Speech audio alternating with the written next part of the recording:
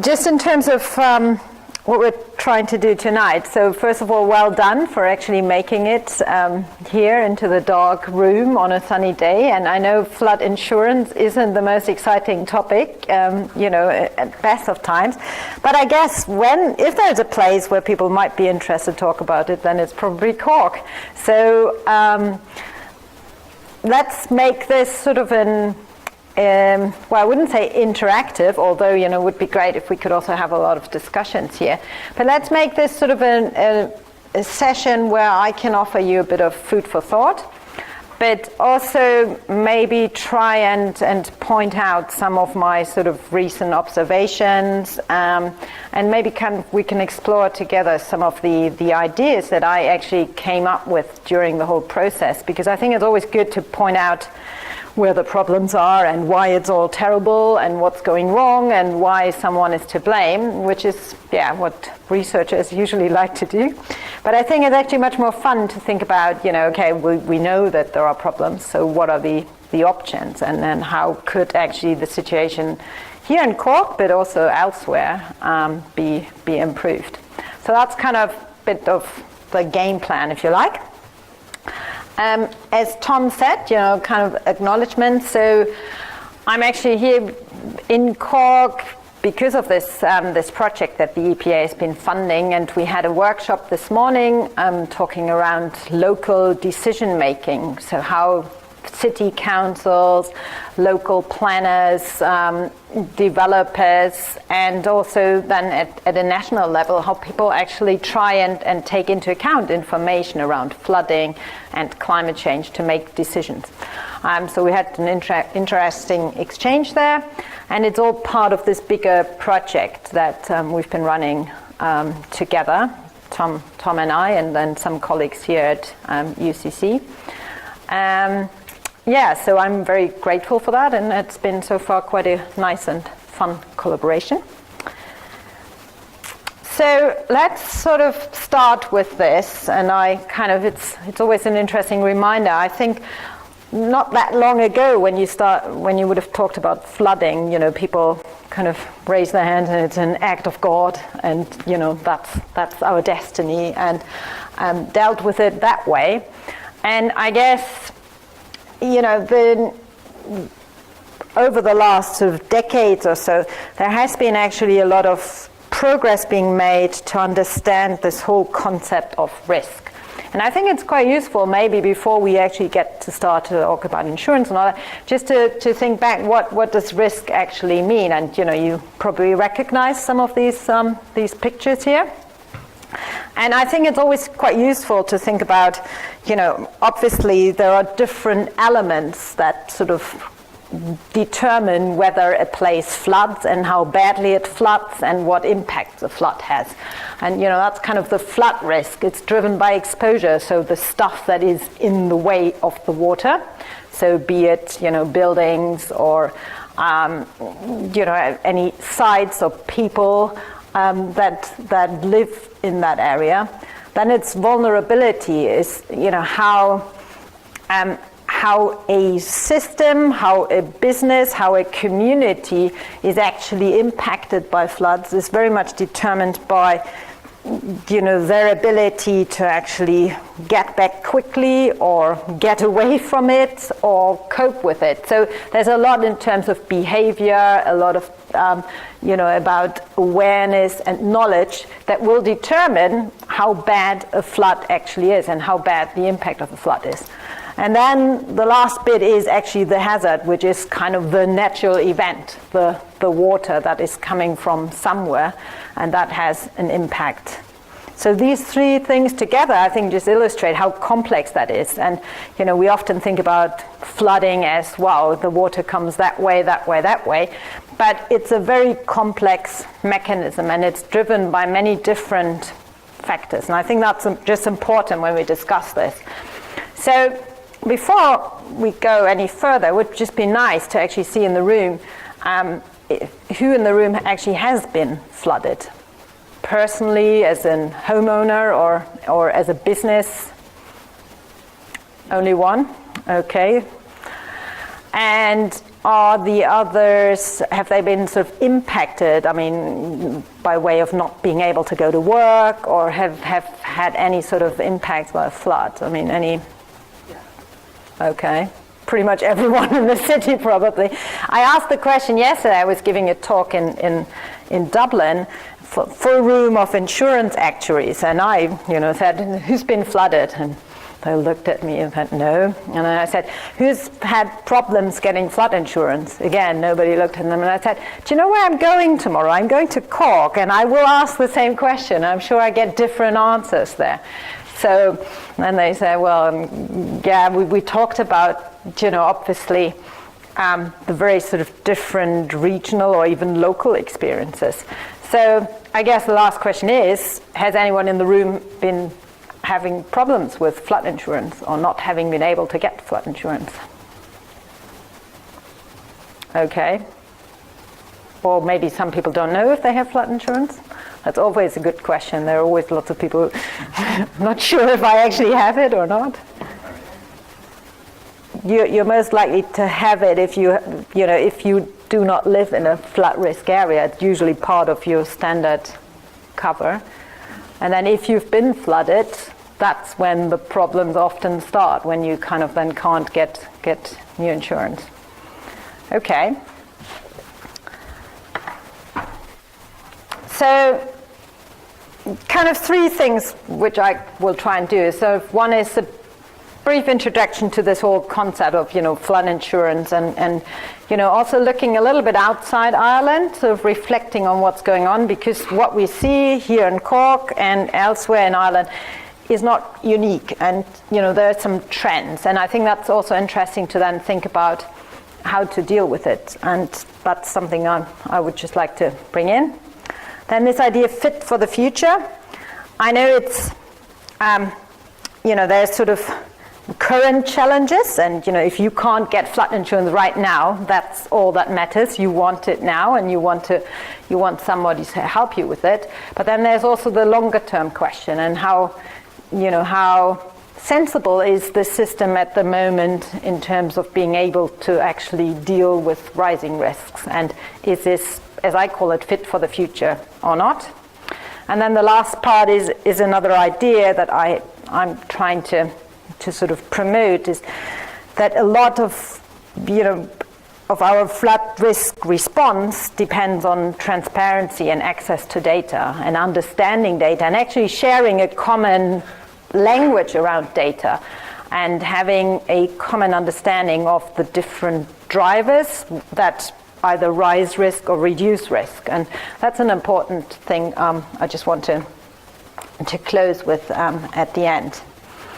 So just to sort of get us all in the right mindset, and this is a study that's been done across Europe, I think, probably covering the whole of the EU, looking at some of the projections in terms of climate change, but also in terms of population growth and economic growth, trying to get an understanding of, based on current climate models, based on current growth projections, what can we expect to happen in terms of total flood losses.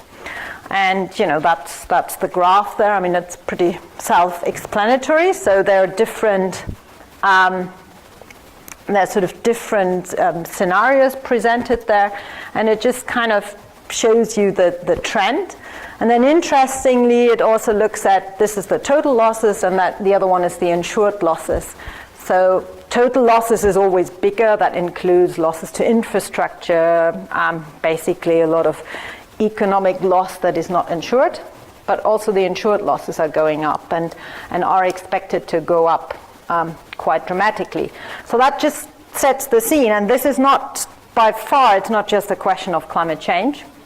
In fact, there's, I always say we should have this discussion even without climate change, because flooding would be a big problem even without climate change, and because we've built in the wrong places in the past, because a lot of stuff has been concreted over, and a lot of decisions have been made in terms of where the water flows and how we try and keep the water away, that seem to make things actually worse and seem not to be able to cope with the water flow. So, there is certainly a problem. Yeah, sorry?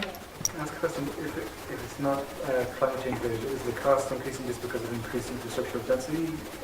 Yeah, so that is, in this, the explanation is there is climate change in there, but it's also asset growth. So, the costs are going up because there's more at risk and more to lose. Which is an interesting one, because that is something that we somehow have in our hands to control and to determine where we actually put stuff. And at this point, it's my favorite story. I don't know if you've seen pictures of Miami, so you high-rise buildings on the beach, which, a lot of people seem to like living there, but think back, I think I've seen a picture of Miami in 1920s, and there were a few beach huts, and it was very undeveloped. So you can imagine a big hurricane hitting in the 1920s, probably pretty dramatic for the guy in the beach hut, but not a big issue. The same hurricane hitting Miami now would probably be, a big disaster and a catastrophe, even if it would be the same strength or the same impact of sort of natural impact. So the outcome would be far different. And that's sort of the human dimension, which is the reason why a lot of people actually say don't talk about natural disasters, because there is actually very little natural in it. And I think that's, I witnessed a discussion, this was I think at the UN level, where a lot of people said we should stop talking about natural disasters. It just creates the wrong perception. Coming back to this act of God thing. But yeah, so that's the sort of setup. So flood losses are increasing. So why then talk about insurance, or how does insurance fit in, and why do we actually worry about losing insurance cover or the ability to use insurance to cope with flooding? And there is a lot of evidence, sort of in economic terms, that flood insurance can play a big role in actually helping us to cope and to recover from a flood event. And there have been numerous case studies that prove that someone who is insured is usually able to move back quicker, to build up, to come back and to sort of continue doing business much quicker than people without. In general terms, I always say, insurance isn't the solution for everybody, and that's really important. I'm definitely not a salesperson for insurance, and here in Cork, I think the problem is that people want insurance and can't get it. But I can assure you, most times I speak to people who actually, are very skeptical about the role of insurance in all this. And this is quite an interesting thing. A lot of people actually don't think that insurance is the most efficient way of dealing with flood impacts. And that's just something to keep in mind. So I think, generally speaking, there's a role for insurance in this. And certainly from government's point of view, it's quite good if you have a private sector market that kind of deals with it, rather than this becoming a burden on the public budget or, taxpayers' money. But, try and read that statement at the bottom, which appears red on my screen. I don't know what color it is on yours, but anyway. To me, that's a really important question. So can insurance also help us to prevent disasters and adapt to climate change and help us to become more resilient? And that's kind of my key theme. I will come back again and again to that point, because this is really important. If we actually want to use insurance going forward, and if we want insurance to kind of be able to cope with these rising risks, the only way of doing that is actually by using insurance to support resilience and help people to actually become more resilient. And that is a challenge, but to me that's actually the only way going forward, and I explain how that can be done. So this is a little bit of an exercise I just want to do with you. In my previous life, as Tom said, I used to actually work in the insurance industry. And I started working for a big reinsurance company who had lots of experts trying to analyze catastrophe data and models. Then I worked for an insurance broker who then worked with large corporates and tried to advise them on how to manage risk.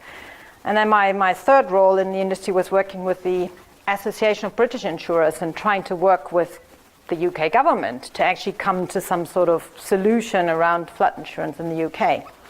But what I've learned throughout that process, and now sort of on the bright side, leaving the dark side behind, I mean on the bright side, that flood insurance and this whole idea of using flood insurance to cope with losses is, means so many different things to different people. So, just kind of imagine for a moment you are in charge of flood risk protection here in Cork. You are a business owner in the city centre of Cork. You are taxpayers in a neighbouring village high up on the river, not on the river, on a hill. You are an insurer who, has a lot of customers in this area. You are sort of a representative from the Department of Finance, and maybe you are representing OPW in all this. And just think for a moment, what would be your main objective and aim in this, in trying to have insurance as a tool? Just think about that for a moment, given your hat that I just kind of allocated to you.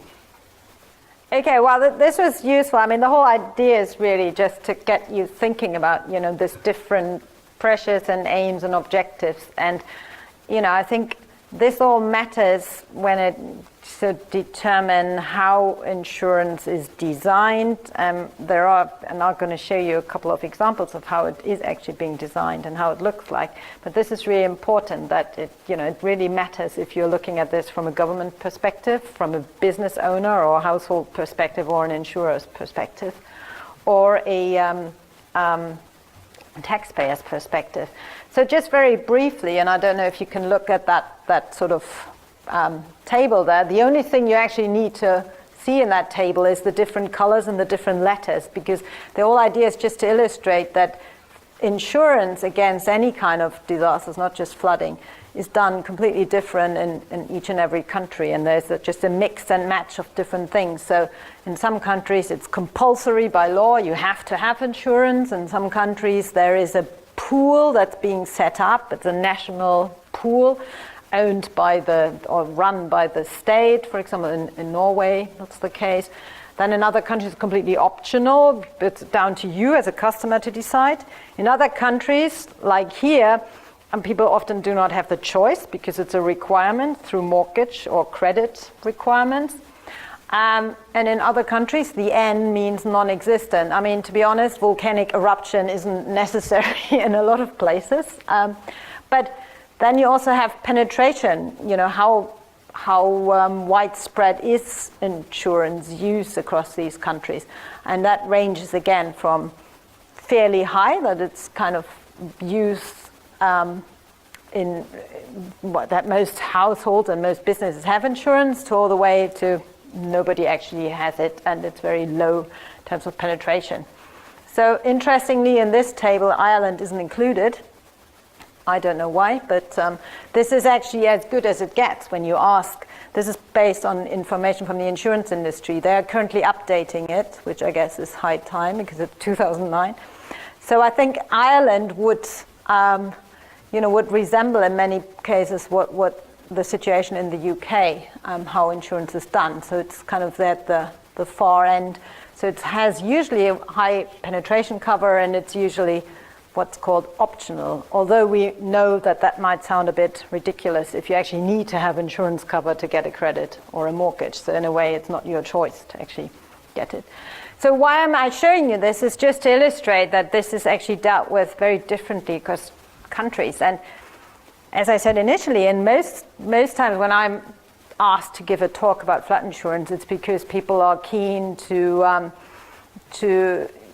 better understand if they should introduce flood insurance in their country. And this is now sort of a feature in a lot of developing countries who want to introduce flood insurance. And in some countries you have low uptake and people are just not interested in buying it, often relying on payouts from government after an event, which then is kind of a deterrent. I mean, if I know that I'll get bailed out by the government, or there's a famous case, I'm originally from Germany, so often these floods tend to happen in the run-up to an election, and that makes them very popular with whoever is trying to win that election, because suddenly then the candidate, in this case it was the German Chancellor Schröder, it was in 2002 flooding, I think.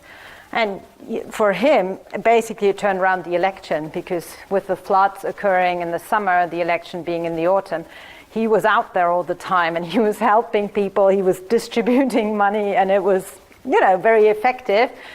But I talked then to insurers, and they were trying to actually increase the uptake of flood insurance, and they said, well, it's pointless. I mean, we just can't compete with that.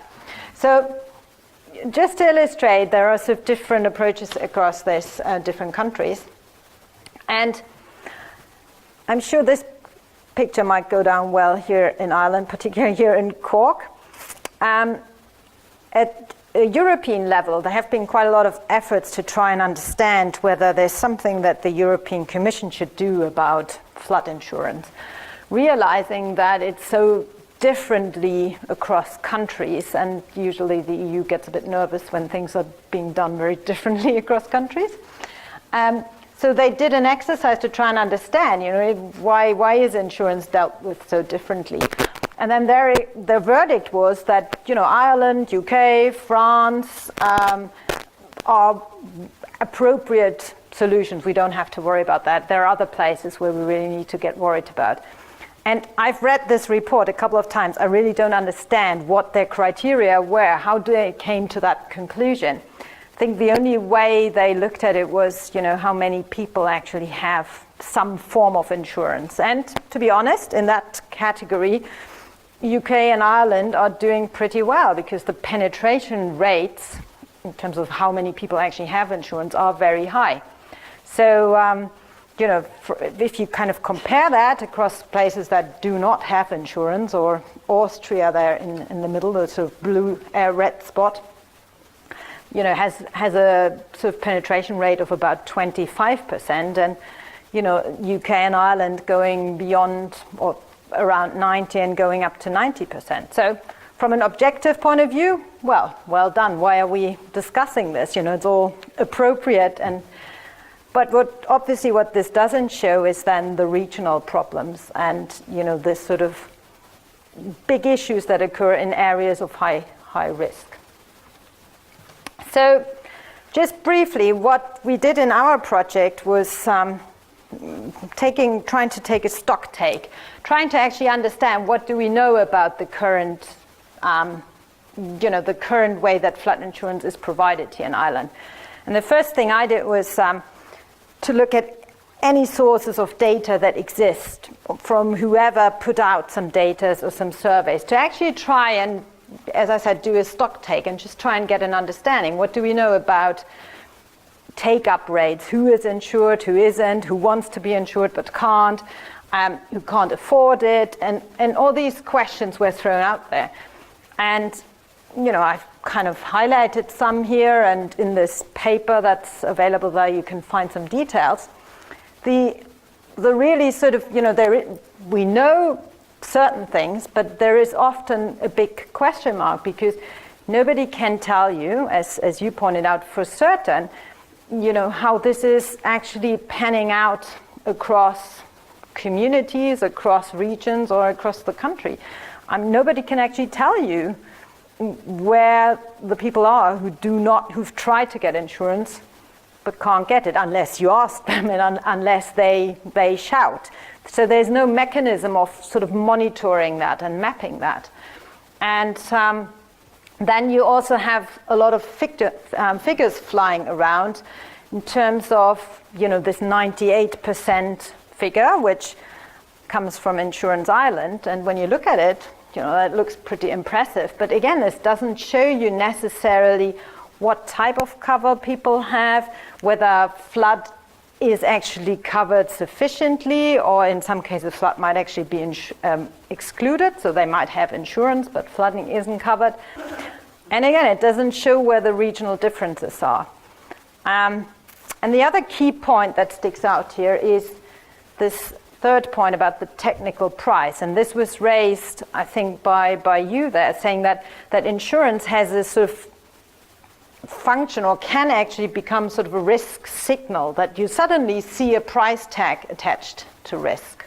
If insurance works in its purest sense, then you would expect that someone who's at low risk pays a low premium, and someone at high risk pays a higher premium. We kind of accept that when it comes to motor insurance, these high risk drivers, which is kind of a discrimination question in itself, but there is actuarial evidence, and people accept that because you belong to a group of people who tend to be more involved in accidents, you pay more. And somehow, that mechanism could work with flooding, but it doesn't, because it's far from transparent how actually an insurer comes up with the flood insurance or the insurance price at the end. And as a customer, I don't know, when you look at your insurance renewal letter once a year, you have no idea of how that is made up. I mean, they won't tell you. I've actually called my insurance company and tried to understand, why suddenly my premium went up. And, I do this for fun every year, and I get very funny answers and different answers. But it just shows you, I have, as I used to work in the industry, I understand how this process works, but it's far from a clear-cut technical exercise where, here is the expert, looks at the postcode, presses a button, it shows you all the details you need to know, and out comes the price. It just doesn't work that way. And I think this is an interesting, lesson that I think we often overestimate the capabilities of the insurance industry. And they have a lot of data and they have good models, but often they're struggling themselves. And we had a big flood in the UK, winter 2015-16, and it basically flooded a long river, so it was a river flood. And I was in a room full of insurance people, and they said, they were very surprised by where actually it had flooded, and some of that occurred outside of their flood risk models. And I said, what was the big surprise? And they started to have a discussion, and they realized that they all had slightly different views on where the flood risk areas were. And it just became clear that it isn't as clear cut as saying, here is the very objective view on risk. And I think that's just something to recognize. So from all of this, what I kind of picked up is that there is a question of lack of transparency and lack of actually understanding of where the issues are and how they, how we can address them. But that's only part of the story, because what we also want to do is create a mechanism that's going to be there going forward, and that's going to be doing its job for different stakeholders, that is going to satisfy the Department of Finance, that is going to satisfy local businesses, that's going to satisfy insurers, and it's going to be workable for insurers. So somehow you want a mechanism that does all that. And that's obviously a challenge, but there are some principles, and this was again developed in the UK in the process of them reforming their flood insurance approach, and they came up with so-called principles for flood insurance. And when you read through them, and let's not go into detail, but when you look at them, they sound all pretty convincing, and to me they seem to reflect on a lot of the points that we said here. But it's also quite clear that achieving all of them at the same time is going to be pretty difficult. So I did a bit of based on our Stocktake, I looked at how we're currently coping. So how is the current approach of flood insurance, featuring in these principles. And you can see the sort of thumbs up, thumbs down verdict, if you like. And a lot of that is also sort of related to then, do we actually know? Is there enough data to actually tell us whether it works or not? So, it kind of shows on general picture it is available, but in some areas it isn't, and that's where the hotspots are. Is it risk reflective in principle, but still people do not understand how it's made up and how flood risk protection measures might be taken into account by insurers. And, so you can kind of create a picture of where we are. And I think, it sort of points out that at the moment, the system is working to some extent, but it's definitely not working for all. And I think it's not fit going forward. So there needs to be, we need to think about how to reform it. And when you sort of look at the current discussion, there's a flood insurance bill, there's sort of different proposals. The Department of Finance came up with a report. At the moment, there's a discussion about how to reform it and how to change it. So I think that's a good time to talk about this. And I think my main, I'm not promoting one approach over the other. All I'm saying is whatever we do, it really needs to be thinking about the current issues, but also the future issues. Because if we kind of try and come up with a solution that just creates sort of insurance for all, but not recognizing the issues around rising risk and not providing risk reduction incentives, then, it's a bit of a, stopgap solution, and it's not going to get us very far. And that might sound very obvious, but I can tell you, across many countries, that's actually what's going to happen. And I don't like to always come back to the UK as an example, but here we have it. Flood Re was a pool that was set up. It does a lot of these things. What it doesn't do is, doesn't do the risk reduction incentive, and it doesn't really create a risk reflective, transparent approach to it. So in my mind, it's a wasted opportunity. It's great for people who've been struggling getting flood insurance, and I can understand it does that. But I think somehow it just sort of is a momentary solution, and it's not going to be sustainable going forward. So with all this in mind, I think it's important. There are key issues in terms of what we do right now, which I call sort of the symptoms, helping those who do not have insurance.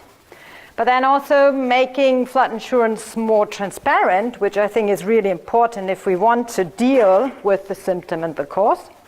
And then finally, this point of if we want to address the symptom and the cause being flood risk, we really have to think about resilience and risk reduction. And, that is, I sometimes say, what is the problem? Is the problem lack of insurance, or is the problem rising flood risk? And I think from what you said, you would probably say, my problem is that I don't have insurance because I don't get credit, so I can't get access to funding, and people can't get access to mortgage, which is, I think, that is a problem within the system, that actually insurance has become such a dependable part of how we actually deal with this. But I think that is, in my mind, that is very much removed from the question of flood risk and flood risk becoming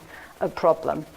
And I think somehow it's important to reflect on both and to try and whatever solution we find needs to sort of keep in mind both of these aspects. So the cause, helping those without insurance, and also with the symptom, the underlying risk. And I just throw out a couple of thoughts and ideas that I've come across and that were sort of raised in this discussion, that we'll try and look at both dealing with the cause and dealing with the symptom. So if the problem is affordability, so people can't pay for flood insurance because the flood risk is so high, then the most sustainable way would be to reduce risk. And if insurance would work well, then it should become more affordable. In the short term, you might think, well, we have to somehow support people who can't afford it right now. And there's an interesting question whether it makes sense to, for example, offer you subsidized insurance cover, or whether it makes sense to actually put all the money into resilient and risk reduction and then expect the insurance system to respond by lowering the price. I mean, that would be the ideal setting.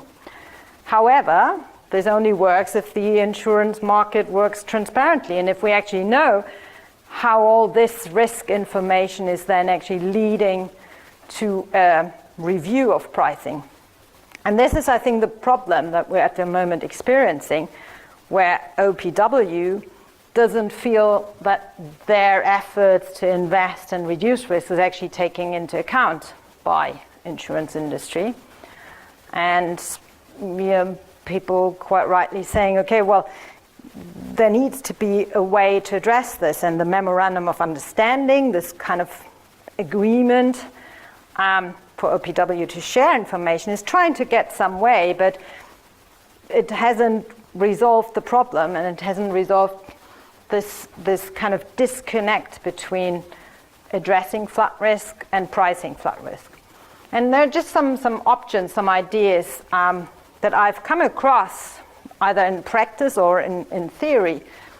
One is, for example, that insurers are actually offering much more guidance and much more clear instructions about how to manage risk and how to deal with risks, and also how to record and report that, be it in the context of your own home. So you kind of get a kind of survey that allows you to actually work with your insurer to actually record any measures that you've taken, or you get a certification that actually shows how resilient or how well protected your home is. Because that's an information that often insurers do not have, particularly if it's related to an individual house or an individual business. If they are aware of risk reduction, then it's the big defense schemes that are occurring somewhere. But everything below that big level, they do not pick up. In other countries, there's discussion about a rating approach, that you actually take out the flood insurance out of the whole insurance pricing, and you say there is a very transparent rating. So you're in flood zone A, this is your flood insurance price. You're in flood zone B, this is your flood insurance. And every insurer is charging that same rate, and it becomes very transparent. It's being tried and done often. It works in these state-owned public schemes where you have, where the system is just set up that way. And, it avoids the discussion. Okay, people start arguing which zone they are in, okay. But again, it sort of creates a greater transparency. And then the third one that was discussed in the US, it's a community rating scheme that, depending where you are and depending what happens in your community, there is a sort of an independent appraisal, which becomes also very public, and it becomes then sort of, the common knowledge of, how risk levels have been evolving, what's being done about it, and that's then being used for underwriting. So again, creating a sort of transparency around this. And I think, these are ideas that, there's some merit. They're not going to solve everything, but at least they're going to create more transparency, and also avoid this sort of hiding behind, well, we didn't know, or we don't have that data thing. And I guess that's important. So availability is the other issue. What can you do if there's no insurance available, and price isn't even the topic, but nobody wants to insure you, based on you need to have someone who's willing to insure it. So as we've seen, it is actually very difficult to say where is insurance not available, and looking at the penetration data, that's difficult to actually say where are the hot spots. We know that Cork, in certain areas in Cork, there is probably if you like, a market failure and insurance isn't available. So the question is then, what can be done about that? So if you kind of say, okay, ideally we would want to have private insurance, but if that doesn't work, what are the other options? And there are schemes, you could have a public insurance scheme that operates at a city level or at a regional level. It's being currently also tried and tested in some countries. Funny enough, in India, some cities are thinking about setting up pools for their cities. And it's like a public scheme, so it's taxpayer funded, and it doesn't involve the industry. So it's kind of setting up a public insurance scheme to plug the gap of where the market isn't working. Or a mutual insurance scheme, which is kind of a co-op style thing. So it's like a club where people kind of have ownership in the risk.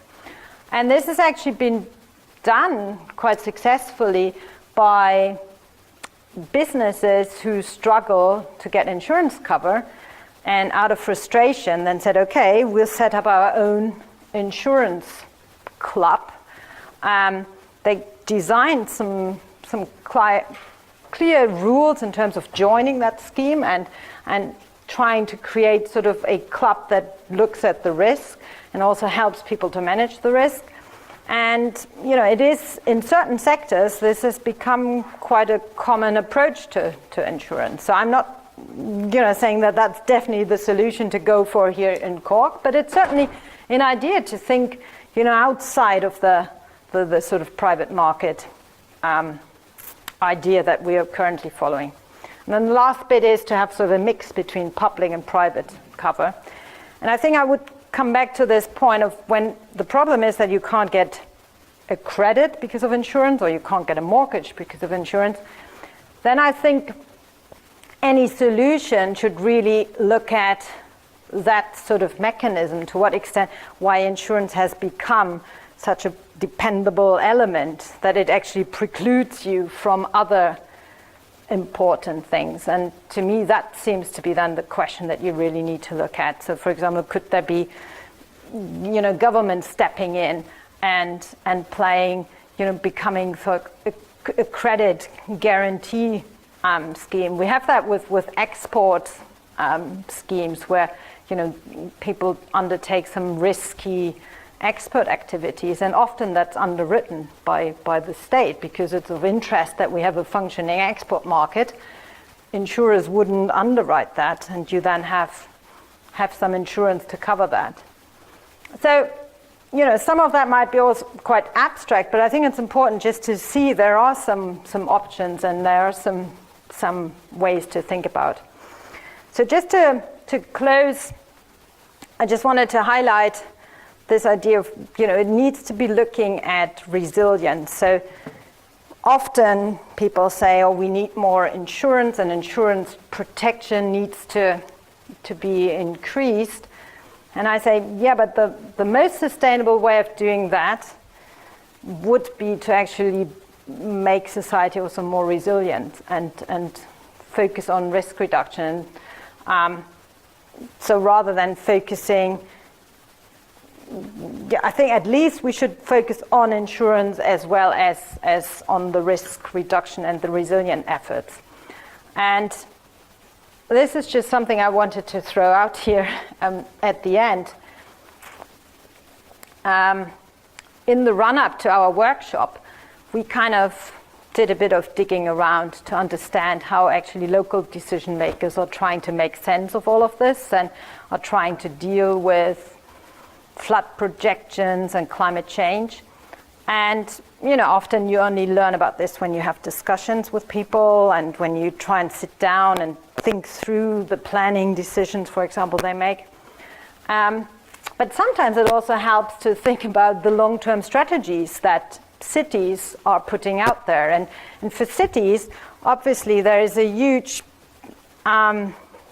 push or pressure to sort of come up with a a strategy going forward to, prosper economically, to attract new investments, to attract people who want to live here.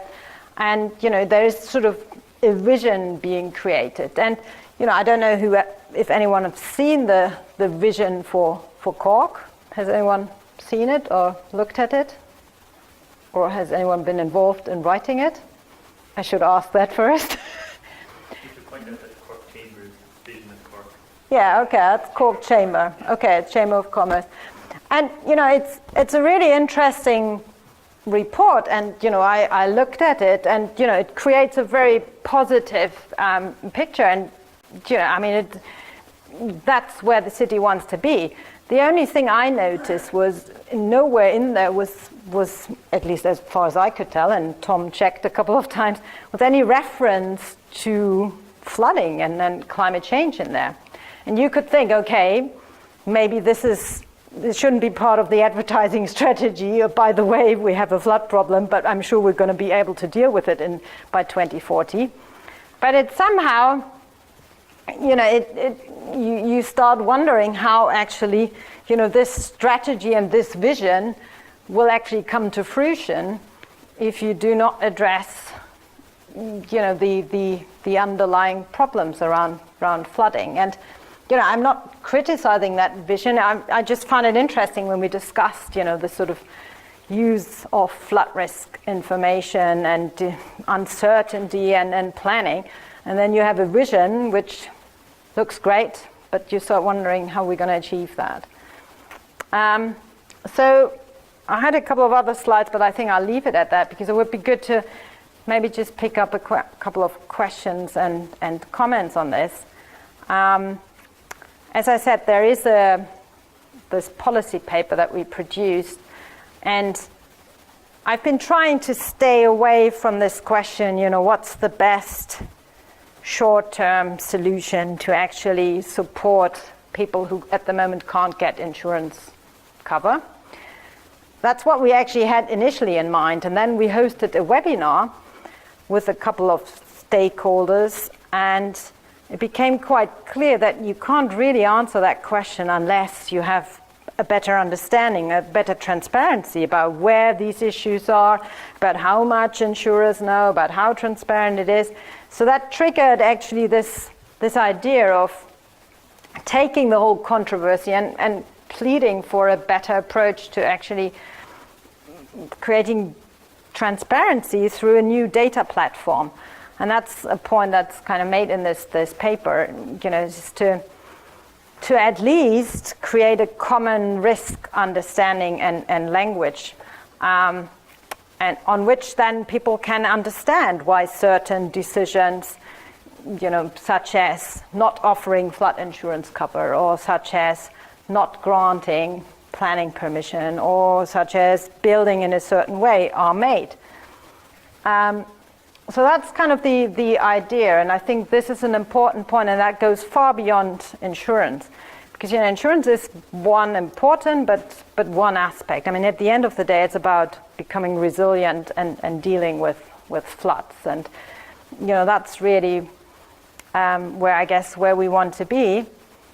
And also trying to avoid the mistake of, in a moment where there's need for lots of new housing, where there's a big push to grow, to then sort of set aside the concerns and just build wherever we feel necessary, and then a couple of years later realize the problems.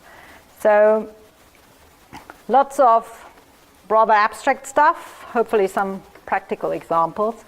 So if you want to discuss any of that, I'm here, we can have a chat. Otherwise take the book and sit it outside in the sun and read it there. But yeah, I think at that I'll leave it.